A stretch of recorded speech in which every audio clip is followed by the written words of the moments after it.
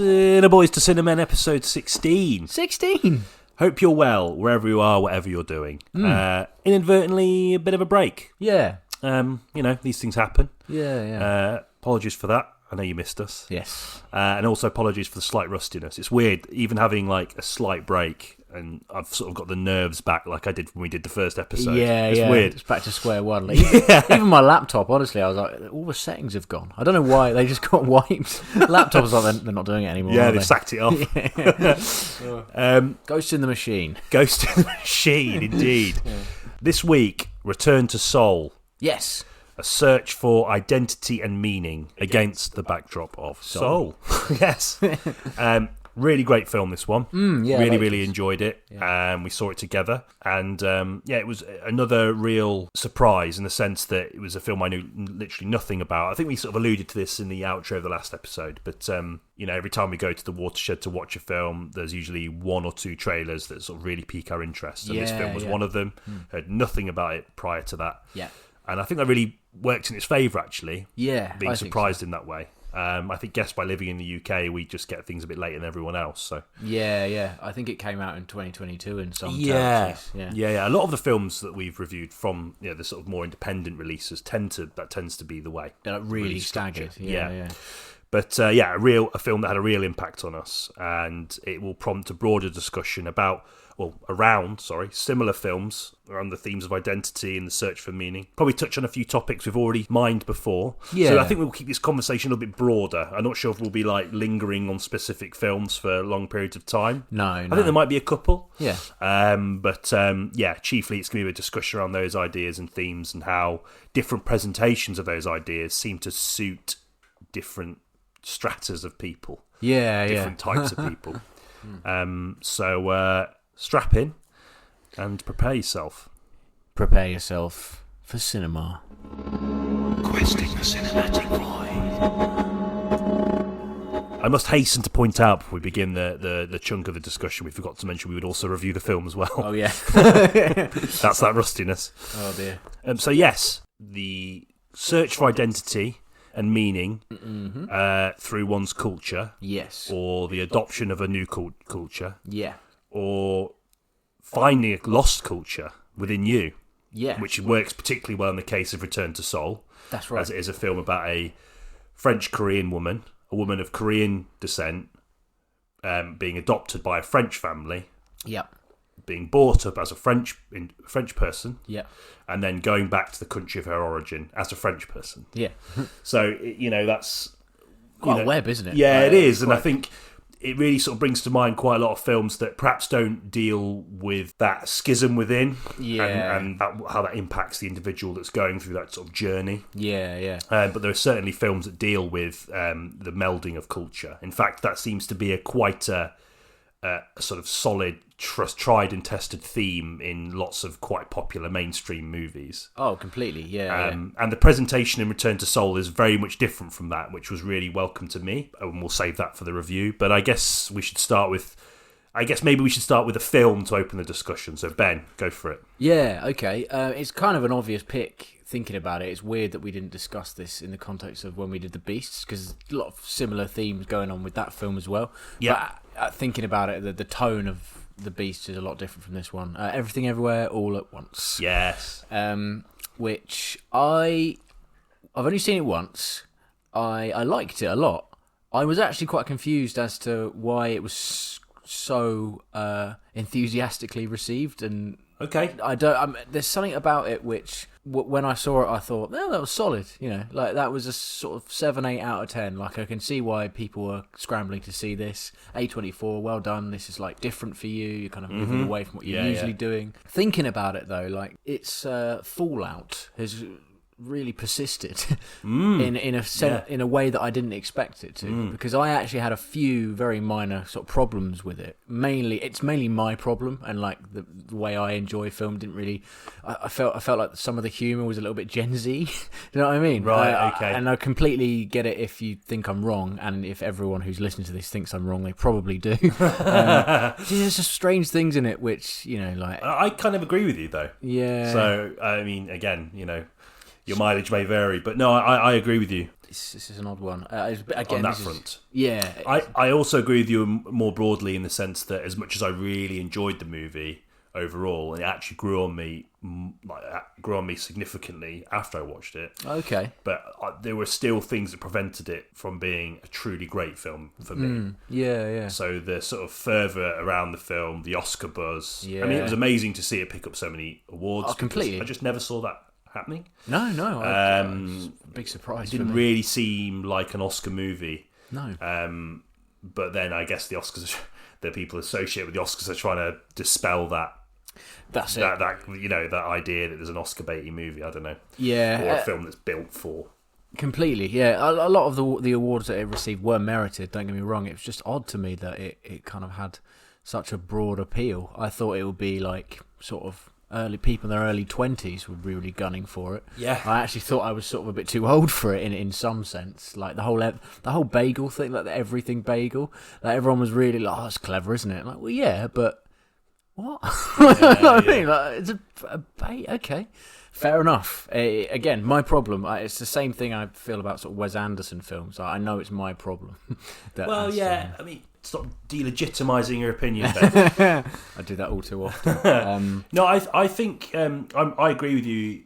As much as like I said, I enjoyed the movie and it grew on me. And this is sort of a bit of an aside before we get into the thematic stuff. But I felt the film was stylistically self-indulgent. Yes, and and I know that might seem like a bit of a sort of snotty thing to say, given that the film is all about that visual overindulgence. Yeah, and I also thought comedically it was a little bit overindulgent as well. When it was funny, it was really funny. Yeah, it had laughs. Yeah, it had some genuinely brilliant and hilarious moments in it, but there was a lot of it that's sort of, I don't know, like the sausage hand thing. It was quite sort of funny at first, but I don't know, it felt like they really overblew that, I thought. But no, I mean, I think it was still great to see it win. Yeah. And do so well. It had a re-release and it made a fuck ton of money, which is, we've spoken about this before. Again, we're drifting further away from our topic here. There's every once in a way there is a film that's just an anomaly. Yep. And I don't mean that in the sense that we should take anything away from the film's success or the people associated with the movie, but there's a film that just comes out at the right time, at the right moment, and it's not like a big blockbuster movie. Yeah. It just does really fucking well. Yeah. I'm thinking it's such a different movie, but The Revenant is another example. Yeah, that's right, yeah. And a film that probably was quite expensive to make, but in terms of competing against these big hitters, these sort of very formulaic, behemoths like your Marvel films and all that, it just seems impossible for a mid-budget film or even an independent film to garner the same kind of success that can at least keep it in contention with those films for a sustained period. Yeah. But films like Everything Everywhere All at Once. Yeah. Still a mouthful of a title. Managed to do it every now and again. I think in that regard, it's fantastic because it shows there's still life in a sort of certain sort of strata. Second time I've used that word. Of films that tend to get crushed by the sort of mainstream. Yeah, like their fodder. Previous film did a little bit, like Swiss Army Man. Like their previous film. Yeah. Oh shit. Yeah, that was their. How did I not know that? That's all right. No, there we go. It was that did get squashed a little bit, and I kind of expected, hearing about their next one, I was like, oh, okay, it will find a life on streaming. You know what I mean? Yeah. Like Swiss Army Man did, and actually that's found an even bigger life since Everything Everywhere All at Once came out. Cool. But I quite like that film. Yeah, no, I again a bit that. gimmicky. I think that might be just a little niggle that I'll have with their films. Yeah, I agree. But it does suffer from the same humour targeted at a specific age group. That isn't a bad thing, it's just got an audience to find. But yeah, for me, I did find that slightly off-putting about that one as well. But where Everything Everywhere All at Once, I keep struggling to say that, succeeds, and I guess maybe a big part of the reason why it's so much more successful, as alongside all of the other great stuff going on, is that it is a real, genuine and earnest exploration of the immigrant experience. Yeah, that was one of its real strengths, and something that it did really, really well. Yeah, I mean, again, and this is a podcast, fronted by two white men. Yeah, so we can't speak as that experience, but as we've spoken before, we rely on culture to inform that experience. Don't Yeah. you? That's the whole point. If what is the point of film if that is not the point, or any great art form? Yeah. If it doesn't inform our experience, and I think you're absolutely right to bring the film up in this sort of subject area, because it really explores the trials and tribulations of that experience rather well. Not just the sort of backbreakingly difficult nature of life they have, the amount of work they have to put in, but also the way the sort of bureaucratic systems of the country hound them ceaselessly in a way that almost makes this idea of the American dream that they've been chasing just seems completely unattainable. Yeah, completely. Yeah, and also what it does really well, and this is kind of another connection to Return to Seoul, is that it explores the idea of developing an identity in one country, moving to another one, and then having your offspring experience their development entirely in another country. And the sort of natural disconnect that can bring. And yeah, that was just one of another great sort of the real strength of the film. What made the ending so heartwarming was a resolution to that conflict that was brought about by effectively the Chinese way of life and the American way of life smashing together, almost exploding, and the rubble was there to be picked up in a way. It's quite a sort of, I think it's something that's explored quite a lot, specifically by Asian filmmakers or Asian immigrant filmmakers, or filmmakers who have been adopted by the Hollywood studio system, or indeed, in its various guises.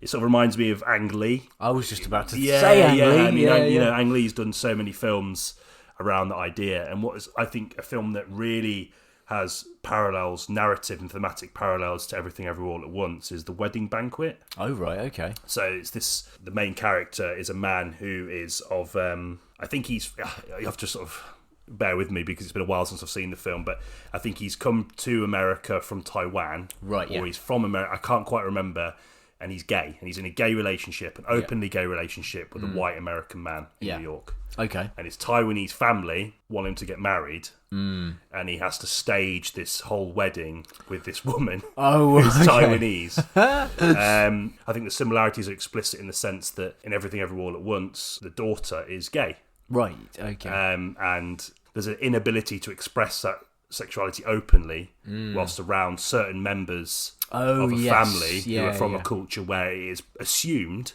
homosexuality is just a no-no. It's not even considered. It's ignored. Isn't it? Yeah. And I'm sure in certain parts of you don't want to sort of speak broadly about an entire culture. I'm sure there are. I'm sure there's some openness to it in certain parts, but it's suggested in these films that it's all about.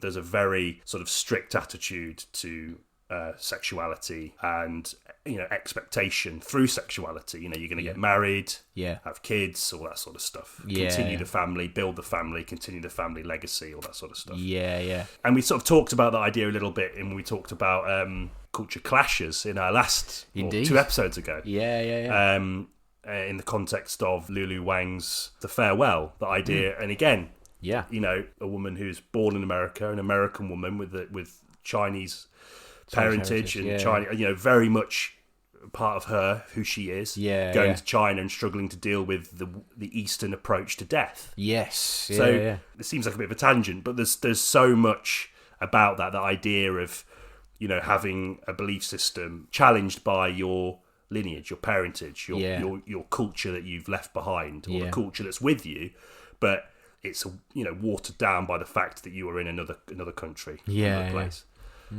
I really like Everything Everywhere All at Once for that. I think the way it portrays the mother-daughter relationship and the growth within that relationship, it portrays it really well. And it anchors the film. It gives it a sense of direction. Because I think it does. Like I said before, it does feel a bit self-indulgent with its stylistic impulses, and its influences. But what anchors the film is that, and it really, like I said, it brought to mind Ang Lee and The Wedding Banquet in the same way, that it's just this struggle to just express yourself as who you are, and that expression being limited by a worldview that is so different to the worldview that you've adopted in another land. And I mean, yeah, staying on Ang Lee as well. I mean, this is a stab in the dark, but like Brokeback Mountain has sort of similar themes in a sense. Obviously, they're all American, but it's, there's still a kind of identity crisis occurring in both the main characters because of their sexuality versus how they've been brought up. And that sort of rugged cowboy ideology, which is so sort of the sort of deliberately constructed facade, the deliberate construction of masculinity in American culture. Oh, completely, man. Yeah. The whole cowboy thing, that was sort of how it's a stereotype that's echoed for a decade. So I feel like he actually explores those kinds of themes really well. Maybe because he himself is from Taiwan, I think. And I assume he lives in the US. He's definitely part of the Hollywood system, that's for sure. We'll have to find out. I don't know. Find out where Ang Lee lives. I'll give him a ring. Give him a bell. Where'd you live, mate?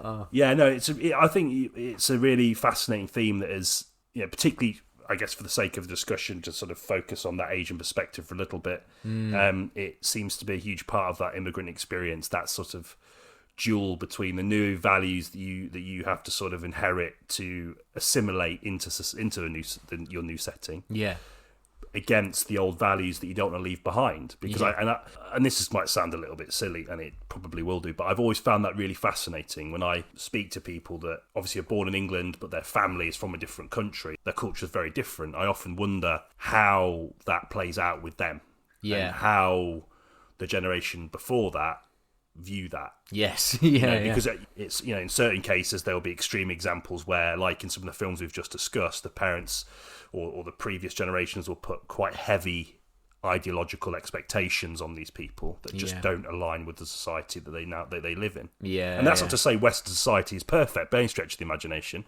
but that difference is central to so much of this sort of like cultural clash that tends to sort of underpin a lot of these movies. Yeah, definitely. Yeah, the Western versus Eastern ideology is always an interesting mix, and definitely one that's explored in a lot of films, a lot more than any other kind of culture clash, I think.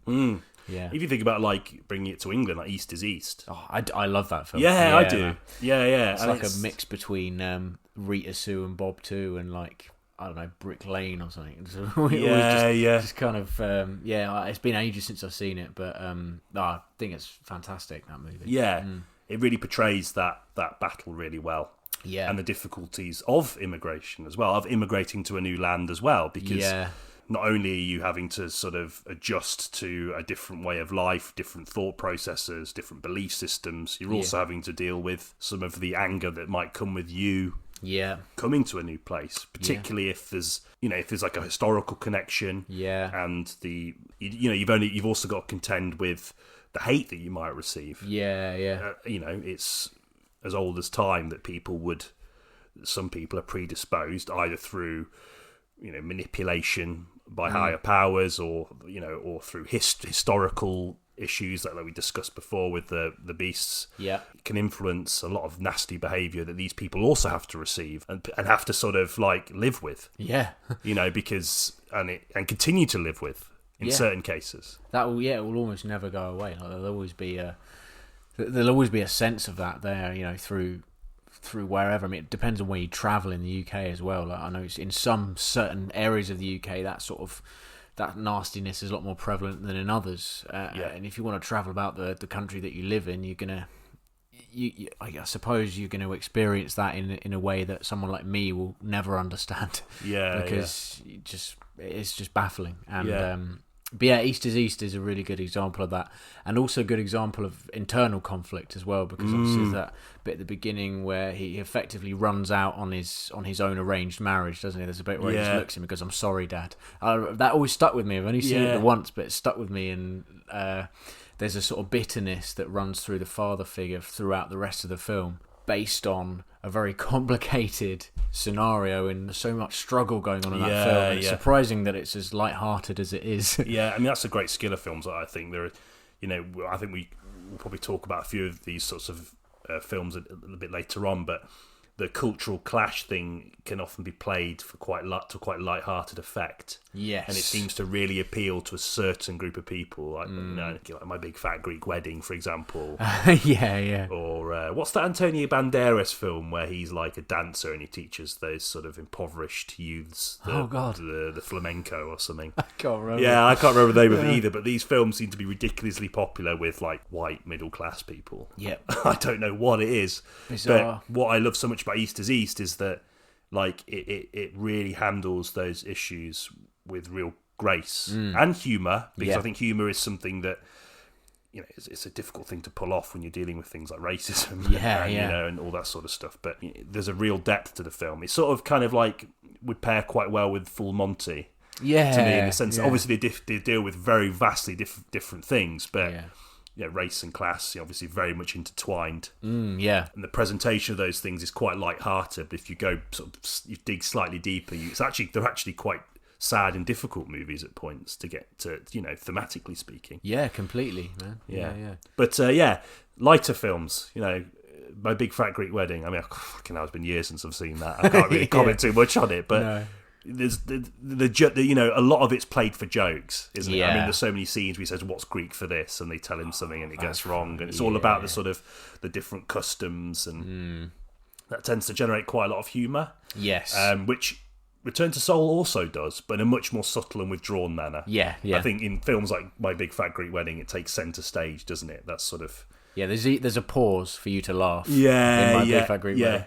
Also, like, you know, the best exotic Marigold Hotel, that kind of thing. Brits Abroad. Brits Abroad. And that, I always thought it's weirdly like colonial. That vibe. Some sort of the last vestiges of cultural colonialism. Yeah. Once that, you know, films like some of the earlier Carry On films that were sort of set in like Carry On Up the Khyber and stuff. Yeah. It's like, why did you set it in this country? It's just loads of Brits here anyway. Like, it's odd. It's that kind of weird holiday parky type vibe, which I find quite uncomfortable. Yeah, I've never been big on those kind of films. How many Marigold films is there? There's two. There's the second best exotic Marigold Hotel. It's like the old guard sort of English actors, isn't it? And actresses. Yeah, I can't remember off the top of my head. I think like Maggie Smith's definitely in it. Yeah. Don't know what I can remember. Probably like more stellar research. I think they all just, you know, that sort of complaining about the heat and like being confused about all the different food and stuff, and that sort of is where a lot of the comedy is derived from. And you're like, well, what did you expect? You're in India. Yeah. There are some films though that deal with the divide quite head on and still have mainstream appeal. I'm thinking like, this has just popped to me, genuinely. Yeah. This wasn't planned. Gran Torino. Oh fuck yeah! Yeah. Oh my god! Yeah. Why didn't we think of that before? Yeah. Because we do this quite a lot. Like we will sit and we'll pick a few films and we'll, you know, have like a loose sort of topic, a thread that will go through it all. And Gran Torino has just gone until just now. Now. I love that. I really enjoy Gran Torino. I think that is quite bold in the sense that the central character, effectively the one, at least at the start, who harbours a lot of ill will towards different culture, and it's about his journey through meeting a group of immigrants, slowly accepting their way of life and the fact that his is a lot different, and how it might be him ultimately that is the problem. I always admired that film for going in that direction. I mean, there's something to be said about the swift nature of his transition, isn't there? I mean, I think the film definitely has some troubling elements to it in the way it presents his sort of vitriol towards anchored in wartime trauma, and, you know, being in conflict. And I mean, it doesn't necessarily justify it by any stretch of the imagination, but you can see where there is sort of, you know, potential for a little bit of the white male saviour. That's what I'm angling towards. I didn't think about that actually. Looking back on it, because I watched it in 2008 when it came out, and I probably wasn't thinking a whole lot about all that. But no, it's far from perfect in the way it deals with those sorts of things. But I mean, I think the intention is somewhat pure. To sort of, one of the themes may be this idea of not exposing yourself in a literal sense to other cultures, but, you know, sort of by assimilating yourself with other people and learning a little bit about them, and you might start to understand, you know, and it might start to might start to sort of melt away a lot of your biases and predispositions that are born out of an actual lack of proper experience. Yeah. Because that's what hatred seems to really come from. It's either historical, or just born out of a lack of like exposure or experience. Completely, yeah, just naivety. And well, I mean, you know, if you want to be like really nuanced about it, you know, the fact that a lot of people don't get the chance because it's expensive to visit other places with other customs, I guess. That's by no means justifying hatred, but it could be a partial explanation anyway. And I think as well, if your frame of references are limited as well, like if you've not been exposed to certain pieces of work, be it literary or movies or you know, whatever, that you're just not going to have that knowledge or the desire to find the knowledge about a different culture or whatever.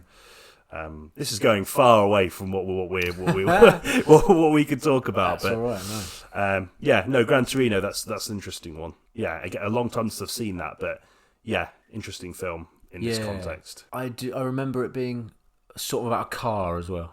Yeah, there's a car in it. Which plays I'm sure there's a metaphorical thing that I can't remember. But there we go. So this is another unusual one in the sense that again, it doesn't really deal with a culture clash, but it is definitely about someone returning home having experienced something so drastically different. Crocodile Dundee. You took the words out of my mouth.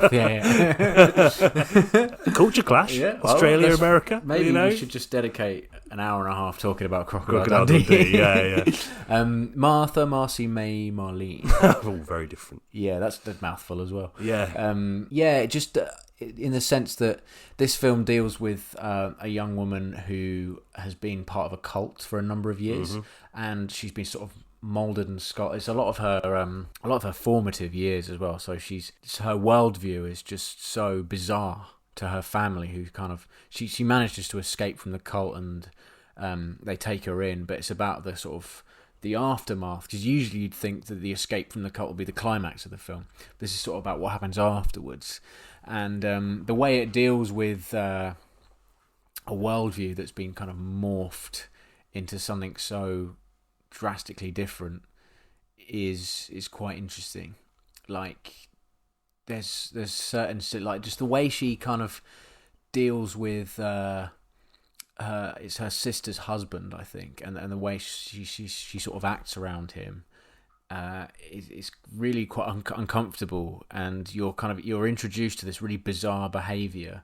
But then there's peppered throughout the film. There's also sort of flashbacks to when she was still in this cult, and it just deals with the fallout of a different experience really well. Weirdly, this Return to Seoul kind of reminded me of it in that sense. Yeah, in the sense that, you know, you are sculpted by experience, by your surroundings, by the people around those surroundings. The rules and expectations that are placed on you via those surroundings. Yeah. These films are a pretty strong argument for nurture over nature, right?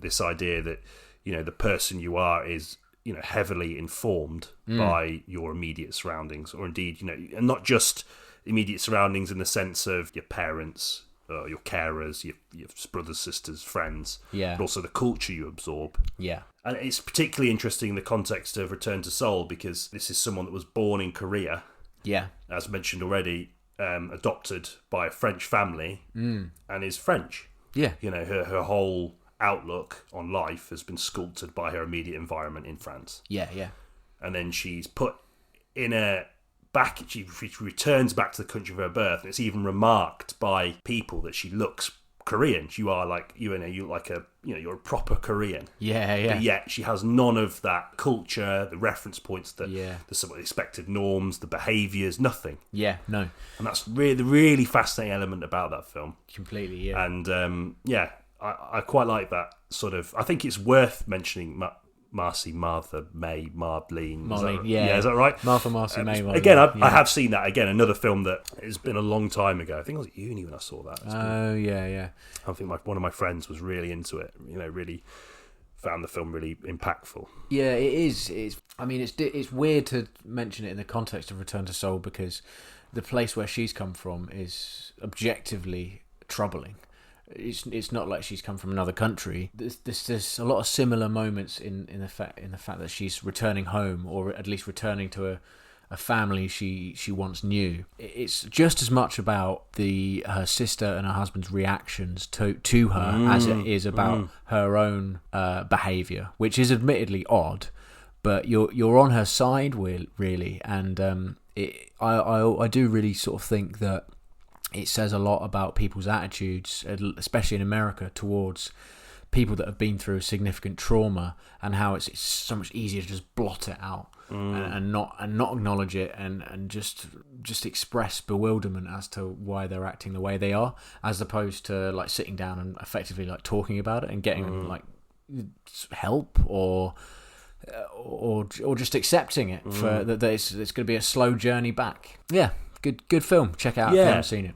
It's also the parallels in the sense that how the influences of where you've come from and the people you've shared your life with, how that influences not only your sort of outward behaviour, but that's sort of the way you perceive things. Yeah. And I think that's, again, something that Return to Seoul does really interestingly. There's like a sort of heightened sense of confusion shared between, it's Frederique, isn't it, the main character, I believe her name is, and her Korean friends, in the sense that she's knowingly an outcast because the behaviour that the people around her exert is different to hers. It's representative of a different outlook to hers. And it's interesting that you talk about Marcy May, Marlene.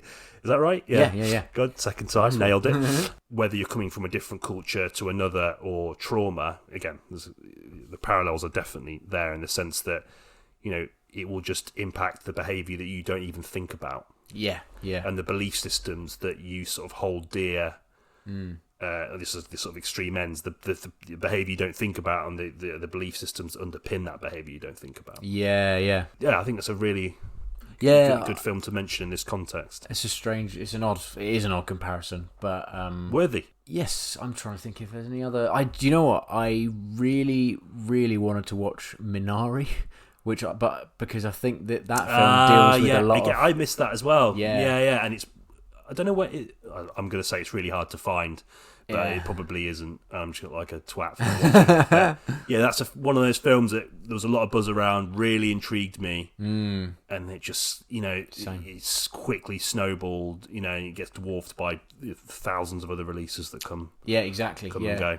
And it's a shame because I'd love to have talked about it, but I haven't seen it. Maybe we could do like a sort of like a bolt-on to this episode where we watch Minari. Go away, watch it, come back and have another 20 minutes. Supplemental. Good idea. For our loyal Patreon. Shall we set up a Patreon? I always wonder about setting up a Patreon because that seems like a big statement. Pay us money to do this. I know. We will do it anyway, but give me £1 a week, please. And we'll carry on doing. Just one. Just £1. You can pay for the Skittles at the cinema that we buy. Tropical. Oh yeah. So the film then. Yes. Return to Seoul. We've alluded to it several times throughout the episode in the typically unstructured way that we approach things. Obviously, the central theme being that sort of, I guess, a sense of discordance between Eastern and Western culture. Yeah. Where it's most fascinating for me is in that a Korean exterior, French interior. Completely, yeah. And that's the way that she's perceived by her compatriots in Korea. Yeah. But she's also French, proudly and fiercely, and rightly so. Yeah. And I think the way that the film plays with that is so brilliant. I think largely brilliant. Just in the sense that the sort of attitudes, like we talked about before in the context of My Big Fat Greek Wedding, but the way the cultural differences are played for jokes, played for laughs, but in a way that's not, it doesn't feel like either culture is like the butt of a joke. It's just the joke is hurts, two people. Because that would happen, Yeah. And also, more broadly, the attitudes to social norms, sex, relationships, again, to sort of those customs around sort of civility and what makes a sort of upstanding member of society in both cultures. It's different. I mean, obviously there'll be similarities, and the film is quite keen to address that, there are obviously underground cultures and subcultures within every nationality that will have similarities, ideologically speaking, but outwardly, in terms of the sort of day-to-day Korean experience, the day-to-day Korean behaviour, she contrasts severely with that, doesn't she, in her own outlook and belief systems and the way she treats things like sex, relationships, etc. Yeah, and drinking as well. Yeah. There's a lot of scenes in this in which she sort of attempts to almost infect people with her Frenchness. And there's a great, lovely scene at the beginning where it works really well. Yeah. In that bar, and she just gets everyone pissed, and they stop playing this game, and she meets, as it turns out to be, sort of semi-lifelong friends through that experience. But then there's a moment later on in the film where she tries to do it again, and it just doesn't work. And the bit where she starts dancing for ages. Oh yeah, it just doesn't work for her. All of a sudden, her kind of her attitude towards how you should conduct yourself in that scenario, people don't find charming anymore, and that's just because of it's just a different bar, I think. Yeah, different bar, and she's no longer a newcomer. She's now sort of established herself in this city a little bit. She's just met with a lot of confusion, chiefly from her friend who runs that hotel. Yeah. There's a moment between them which I remember being quite uncomfortable after she spends like 5 minutes dancing. I think that is a particularly interesting scene in that sense, that there's almost like something vaguely disrespectful in that scene. She's sort of like, she's got this friend who they obviously have a natural connection. And she is a little bit displeased with the way that she is so flippant about the emotions of other people. Yes, that's right. And this is going to sound like a cliche. That's also played with really, really well. This idea that they're sort of flippant about love and sex. It's like, look, we had one night of passion. It was fun, but that's it. I'm done. Which is absolutely something that is valid. That's a valid thing to, There was no pretense of, this is the first night of the rest of our lives. Of course. And the chap that she cops off with after that first bar sequence is the guy that sort of professes his love for her and says, "Don't go back to France. I love you." And there's a sort of slight implication there that there's something cultural in that, and the divide is exposed by her sort of quite brutal rebuttal. Oh, my it's God. Brutal. Really brutal. I mean, she's well within her rights to be brutal if she wants to be, but I mean, like you she's said. just like, right, off you go, see you later. And this guy's like heartbroken. And that sort of creates a divide between her and her friend, doesn't it? Because her friend sort of thinks, "Oh, that's a bit harsh." Let him down. You don't understand Korean men, she says, something to that effect. That's I'm paraphrasing it, but whether she has to understand Korean men is obviously up to her, but it's a point of contention between those two characters and exposes the gulf between these two cultures. And I think the waters are further kind of muddied by the fact that, like you say, she is outwardly Korean as well. So the expectation of this guy might have been influenced a little bit by that as well, and then so to have that rebuttal just kind of just smacked in your face, I felt really bad for the guy. I was like, oh, Jesus Christ! Know his pain all too well. Oh God, never been to Korea though, just in England. There's no cultural divide as an excuse. Just a disgrace. I think that's a really good scene to pick up on. The differences, again, I think are further exposed as the film progresses. Spoilers, I mean, I imagine, hopefully you've seen it if you've got this far. But if you haven't, go and see it, come back. But when she decides to try and find her biological parents. So at first in the film, it's sort of like, I'm not, she's sort of like, I'm not really that bothered. But you can sort of tell that that's what's brought her back. So she's got this, she's masqueraded her appearance back in the city with a storm. She was really supposed to go to Tokyo. That's right, But she's back in Seoul, and it sort of feels like she's sort of even lying to herself. Something which I obviously wouldn't be aware of, but it's this sort of, in post-war Korea, a lot of Koreans were adopted by Western families, or Western wannabe parents, I guess, or prospective parents. She goes through the adoption agency that essentially sent her to France and finds, she's allowed to get into contact with them through them, isn't she? That's right, And in doing that, she starts to uncover a little bit more about the life that she could have had. Which is really one of the sort of more bittersweet elements of the film, I think. Because she spends more time with her dad in the film. And her dad is this sort of... He's obviously someone that is really haunted by the decision by contributing to the decision of sending his daughter away to another country. And she comes back into his life, and he just doesn't know how to reconcile with her, or at least start to build those bridges again. And she is obviously harbouring a lot of anger towards him. Yeah. But it's complicated because she's, fiercely French, proud to be French, Yeah. but is obviously still harbouring a lot of anger and possible resentment, like a cocktail of really potent emotions towards what is essentially, towards her own dad, who is haplessly trying. Oh my God, yeah. to do it, haplessly trying to sort of reconnect Fiercely, yeah. And that is the way they explore. That's really interesting as well, because one of the best scenes in the film, I think, with him in it is the piano.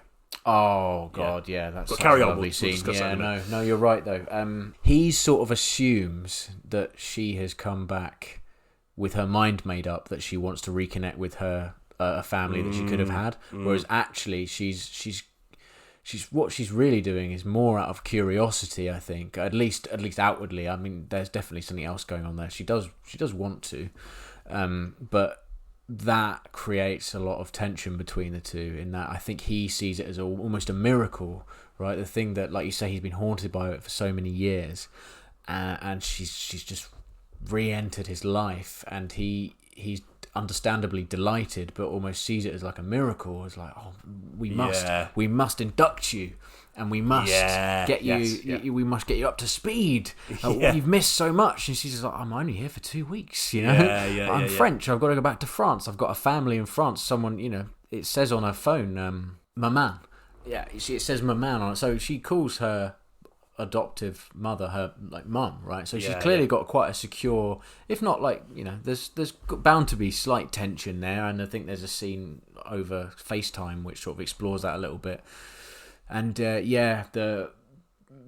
really heartbreaking. I really felt for him. Yeah, I at did. Points, although he is quite persistent. Yeah, he definitely is going into overdrive. Yeah. I mean, and the way that that he is haunted by that decision is that he's a alcoholic, isn't he? He drinks a lot. Yeah. And then when he drinks a lot, he sends her all these messages, and he's again, like that what you're saying, inducting. Yeah. Sort of forced or hope, built on hope. Yeah. Trying to induct someone into everything that they've missed. I like that. I've not quite considered that. But no, it reveals a lot about that difference, and it also reveals more about the rudderless nature of Frederique's journey. Yeah. Because she's not quite sure what she really wants. I don't think she's quite sure. No. And it speaks more to another one of the broader issues of the film, aside from the cultural difference, or the cultural difference is intrinsic to this. But this search for meaning. I mean, we've talked about this in our existentialism episode. Oh, yes. Oh, yeah. The search for meaning through finding what you could have had. Yeah. And it not quite paying off for her. It doesn't give her the sort of... I think she has such a... Again, I've said this already, but this potent cocktail of conflicting emotions within her that she can't quite resolve the things that she perhaps foolishly hoped she would, and then inadvertently solve that sort of desire for some kind of meaning. Yeah. Because the film then jumps, doesn't it, in terms of time? I think it spans over 8 years, doesn't it? There's a few time jumps in it. Yeah, which initially I was like, okay. Man, I know, it shifts tone quite drastically. Yeah. It becomes a different film. And it explores her, her own battles with addiction at one point. Yeah. That quest for meaning, the way that the film deals with her own journey with addiction is how, in the quiet spaces between the characters in the scene with her father or with other people, that expose a lot of her differences, her frustrations, her sadnesses, happinesses. It's really weighed down really quite heavily in the spaces between the characters. Then it explodes in these moments of hedonistic excess. Yeah, God, yeah. And she's it's self-destructive. Oh, massively, yeah. But it's almost trying to sort of escape having to reflect on how little meaning you've actually achieved from being back in your place of birth. Yeah. Which I think is really quite haunting. Oh, God, it really sort of stuck with me, that element of the film. Yeah, man. There's that bit more towards the end where she... it's a section of the film where she returns once again, and she's got a French fiance, I want to say, or boyfriend. It seems like she's a lot more committed. Committed relationship. They're in a taxi, and she just says to him, she just leans over and says, "I could have you out of my life." Like that. Yeah. And it's just so odd how she can just jump back to that sort of self-destructive nature in the search for herself and where she comes from, and like it was just that really threw me, that bit. It was savage. Yeah, horrendous. And again, a reflection of that, the fallout from not having that sense of closure, not having that sense of meaning. I think that's a driving force for a lot of addictive behaviour. Or, the kind of behaviours which could potentially be damaging.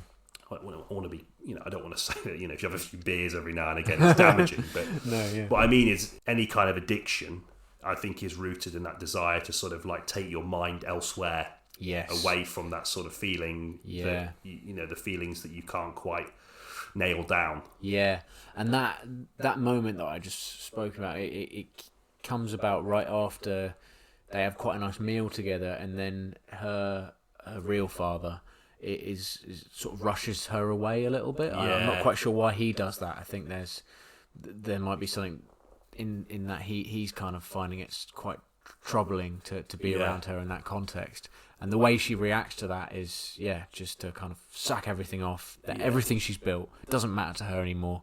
She just wants out. She just wants to go and do something else that isn't related to her quest. Yeah. Yeah, man. I also thought the scenes with her, because she's also trying to find her mother as well, and I feel like that's her ultimate goal, really. Although she does want to find her, both of her real parents. It's the frustration with her not being able to find her mum is quite central to the film. Spoiler alert: she does. But the way that plays out makes the film really bittersweet. I think, right at the end. There's a bit in it with the... Sorry, go on. No, I was going to say, you sort of feel like that's going to wrap up in a neat little bow, which in one way, because the lead performance is so fucking good, it's a debut performance as well, by the way. Is it? Yeah. Christ, if there's a better one this year, I'll eat my hat. You want happiness for her, as you would want for anyone, really. Yeah. When a performance is so rich in its humanity, in the sense that it's not a performance of broad strokes. It's a very reserved performance, I think, and that makes that sort of, as an audience member watching a film, you just want that, and you're almost prepared to sacrifice the thematic potency of the film for her to have that. But like you say, it doesn't happen. It doesn't. It's crazy. Like even the visual metaphor. There's in right at the very end, it jumps in time again, and you see her like literally climbing up a hill to a hotel, and you kind of your brain is cued into thinking, this is it, this is the end, this is the, I guess, the shelter she's been seeking, like in the visual sense, is this hotel. And she arrives, and you think maybe she's going to meet up with her mum or something, and no, it's just an email that never gets delivered because she gave the wrong email address. Just so heartbreaking. It is, and it's real. It flips it on the head, because you think she's at the end. She's literally walking to the end. And she gets there, and it's nothing. It's like, fuck, man. It's that idea. I think we talk about that quite a lot, about a sort of cinema of a lack of conclusion. And how that can be, in some ways, if done properly, more impactful than the traditional narrative structures that tend to dominate most of mainstream filmmaking. Like, you can be impacted so much more by not having the answers, not only because it allows you as an audience member to superimpose your own experience, which I think is not only important for the engagement of the film, but to sort of supplement the empathy that the film wants you to generate. Which is hugely important, particularly in the case of this film, as we're dealing with cultures that we haven't been exposed to. And if we ever will be, it'd be like a holiday if we're lucky. It'd be like for like 2 weeks, and we'll go home. So it's doubly important that works in that sense as well. And I think that's why it's important the film is as open-ended as it is. I think so. That emotional impact is absolutely critical to this film through that. It was earned, that the way they ended that, it was earned. It didn't feel gimmicky. It wasn't like, because you're never teased into expecting a happy ending, really. No. Anyway, so it isn't a big kind of, ooh, what's going to happen next? Like, there is a real conclusion there, but unfortunately the conclusion is very bittersweet. So, I also like the way that the camera, the deployment of the camera throughout the film almost struggles to deal with that restlessness in the film. Okay, It's a really great narrative device. It's so well deployed throughout the film by director David Chow, in the sense that the camera is almost always behind her, struggling to keep up with someone that doesn't even know where they're going in life. Yeah. It's really well utilized. I mean, there's a lot of obviously fairly standard shots and framing for some of the more some sequences, but some of the critical moments in the film are shot almost from behind, or catching up to her, or never quite doing it, or being as restless as she is. Move on to the next thing, which I think is quite representative of the themes of we haven't really touched on it a lot, but of traveling as well. Yeah. I mean, I'm not that well travelled, so this might sound like I'm talking shit, but from speaking to people that have gone travelling, I think obviously they say it's worth it. Of course, why wouldn't it be? Why wouldn't it be worth it? But this idea, I think, that you're trying to escape something which is always going to be there. That sense of uncertainty. Okay, so almost the camera is almost the thing that's always going to be there. Yeah, as well, it's sort of like following you, and obviously with her sort of travelling journey is obviously the whole cultural divide and difference thing that we've spent the last hour or so talking about is added to that, and it fuses together with that sort of almost the existential angst and the sort of the deep fear of not finding whatever it is that you're desperate to find, even if and not even knowing what it is as well. I think the camera really complements that. It's just interesting.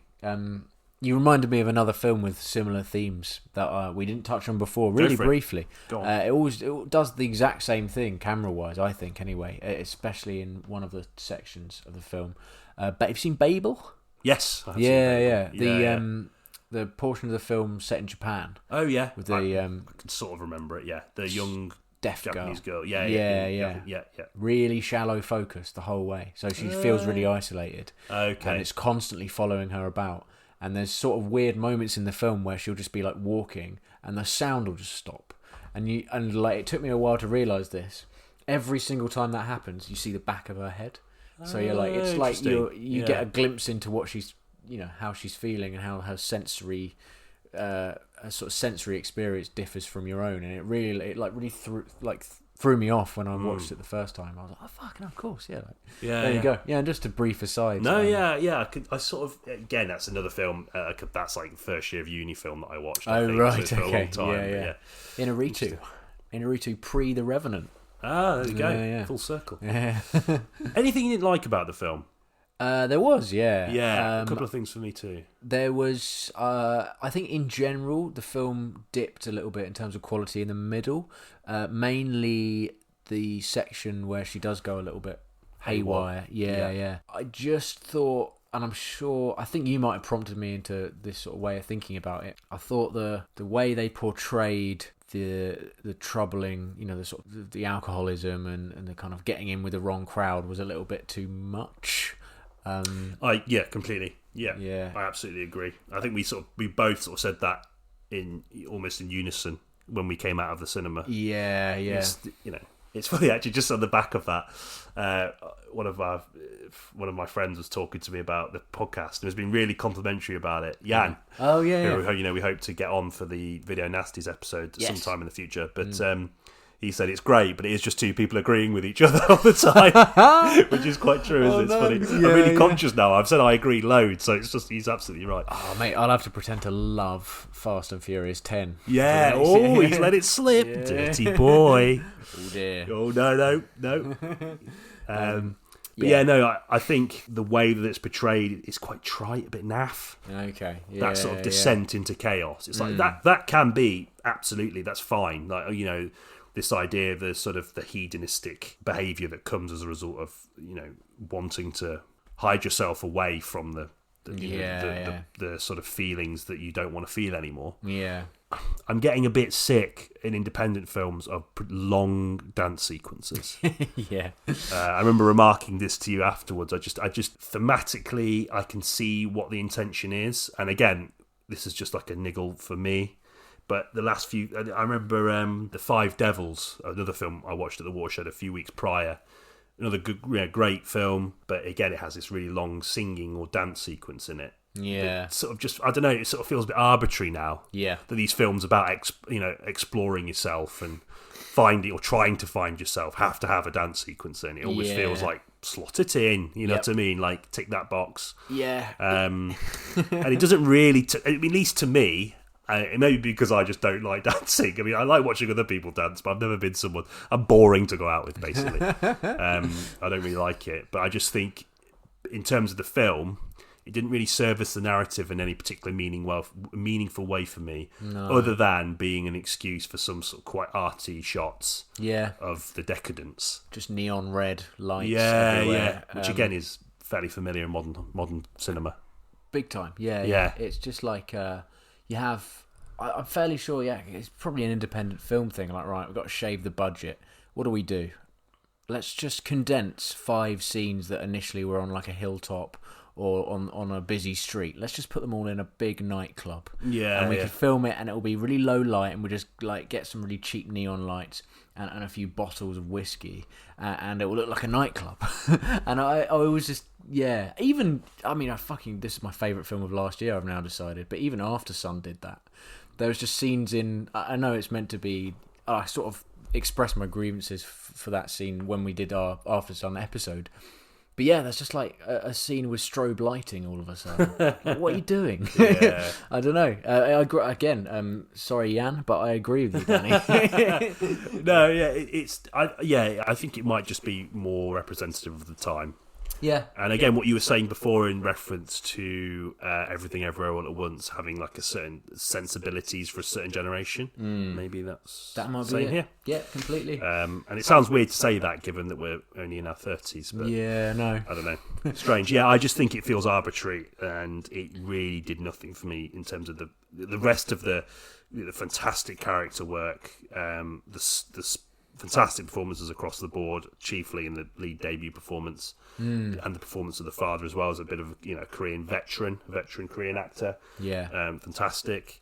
I also liked, is it his sister, the auntie, who does a lot of the oh yeah, she's great. Yeah, she was great. She did a lot of the translating. That's right. The sort of haphazard translating and having to that was another thing about the sort of the cultural differences, is that not only is she having to go between English to Korean, she's also having to dilute a lot of the sort of quite heavy content of each person's, what they want to say to each other, which I think really worked. Yeah, it did. A lot of sort of subtle comedic moments came from her character. And she does it so sweetly as well, and without any complaint, and it was quite a nice little flourish. I thought that bit. Yeah, good. Any other issues aside from that? I'm trying to think of anything else about it that I didn't like. I can't think of anything else. No, I think that was my only real gripe. Yeah, was that scene, and I think, I don't know. Hopefully, it's not something that stays with me too much, because I think it's going to be around for a lot of other movies we watch as well, independent films. Anyway. Yeah, no, it seems to be a real big thing to have in. I know. There we go. It's odd. Even weirdly, it's another dance sequence. It's not the dance sequence we're talking about. The bit where she starts dancing, whilst by and large I really like that scene. Again, the dancing went on for too long. Yeah. Do you remember it? Yeah. She's just in the bar, dancing for ages. For a whole song. Yeah. Do it. You don't need to do it for a whole song. I get it. I get the idea. I've taken it all in, and it padded the runtime. It was 2 hours, isn't it? It could, I think, maybe about 10-20 minutes could have been shaved off. That's a really common criticism of films nowadays, and I'm quite hesitant to bring up length. Yeah, I think it's interesting because I think in the context of length, I think it's a conversation that needs to be had more, because so many films are fucking long now. It's really strange. We seem to be in this phenomena of mainstream blockbuster films being upwards of 3 hours in length. Killers of the Flower Moon is something like 3.5 hours. I mean, even Batman. I mean, I know The Dark Knight was quite long as well, but this Batman was 3 hours, wasn't it? It was 3 hours. Yeah. I don't know. I mean, if you can earn it, fine. Yeah. And I personally, if a film's 3 hours, then I know that puts a lot of people off. But for me, if you can earn it, and I don't mind sitting in the cinema for 3 hours. I almost don't want to be told beforehand that it's 3 hours. I'd like to just not look at the runtime The way I don't watch trailers anymore. The same thing. Like Oppenheimer, I don't even want to know how long it is. Oh God, yeah. I bet you it's going to be fucking long. Yeah, but I'm going to try my very best not to find out and just go and see it totally blind. Yeah. I think we always touch on Nolan. It seems like we do. Guy. Yeah. But he does. He's quite indulgent with his run times, isn't he, Nolan? So we'll see about that. But no. Back to Return to Seoul. Return to Seoul. Sorry, that's good. No, not shit. Not shit. A tasty 2 hours, which I think, aside from a couple of the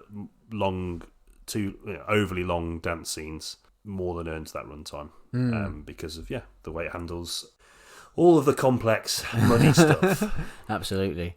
And again, a debut performance. I can't get my head around that. That's absurd. I think she's an artist. Right, okay. Korean artist, French Korean artist. So, incredible that, you can just pick someone out. Obviously, there would have been an extensive auditioning process, I imagine. But the fact that you can just find someone like that and they can just deliver something like that, really from the heart, it just shows how much of acting is in the fucking heart. Oh, yeah, definitely. If you get the themes and ideas of the project you're working on, I think that's like so much of the battle. Yeah. And again, I'm not an actor, so I'm not an actor. I haven't been travelling. It's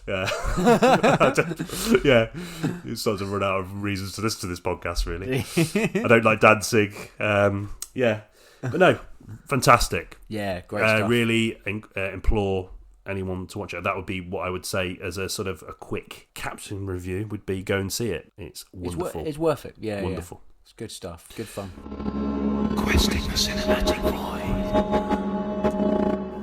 Right then, enjoyed talking about that a lot. Yeah, me too, man.